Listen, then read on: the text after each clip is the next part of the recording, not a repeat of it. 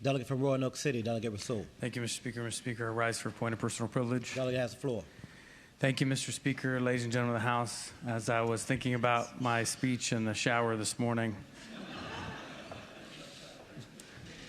I know that Virginians, localities, our schools are all just a little confused about where the governor's priorities are, Mr. Speaker.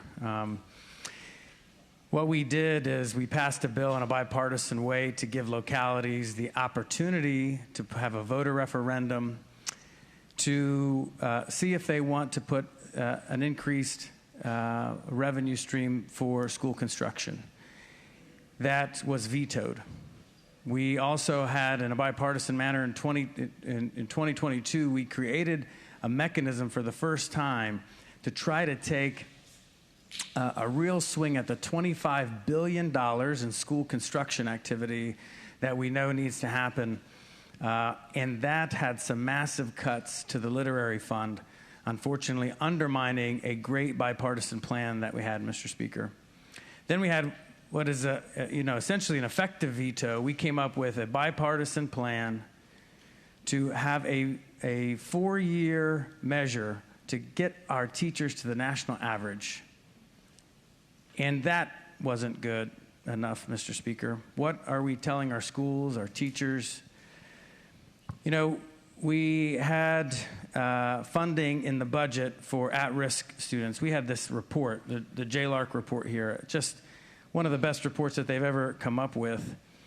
And in amending the House Bill 624, which was an omnibus bill to capture many of those changes, what did it say, the amendments? We're going to study it further. We've already studied it. West Virginia, Mr. Speaker, and I love West Virginia, but West Virginia spends 25% more per pupil than we do on education. The time for action in this budget and on our legislation is now.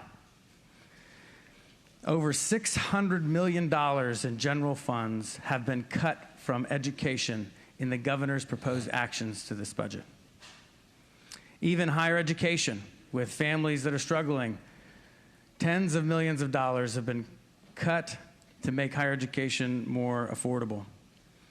In addition to vetoing the minimum wage increase, we saw cuts to down payments that low-income families could use to be able to be first-time home buyers.